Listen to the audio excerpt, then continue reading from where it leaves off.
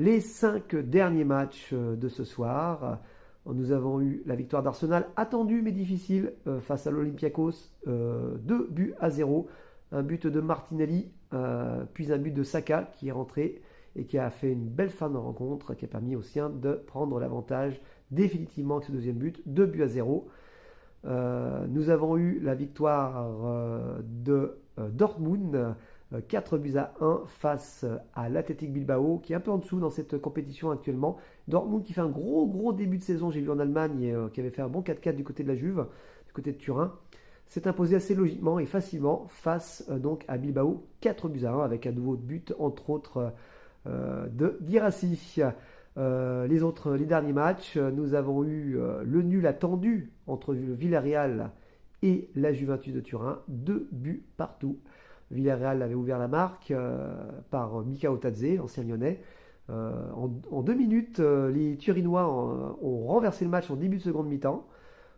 Puis nous avons eu un second but de Villarreal en fin de match pour revenir à 2 partout. Je n'ai plus le nom des buteurs, il y a eu un but de Gatti, je crois, pour les Italiens. Et en tout cas, 2 buts partout entre les deux équipes. Un nul qui était plutôt logique finalement, assez attendu ce nul. Voilà. Les 2 derniers matchs, le Bayer Leverkusen n'a pas pu faire mieux qu'un nul face à Eindhoven. Un but partout. Leverkusen est quand même bien moins fort que les saisons précédentes, il faut bien avouer. Déjà un petit 2-2 du côté de Copenhague, difficile à obtenir. Et là, ils font un partout face à Eindhoven qui n'était pourtant pas des foudres de guerre en ce moment.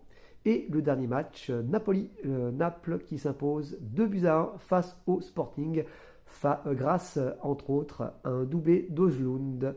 Voilà, 2-1, ça s'est joué en fin de match. Voilà pour tous les résultats. Je crois que je n'ai pas oublié un seul des résultats. En tout cas, belle victoire du Paris Saint-Germain du côté du Barça, qui enchaîne sa 2e victoire en Ligue des Champions. Ils ont décidé de démarrer très fort cette saison, comme j'en avais parlé.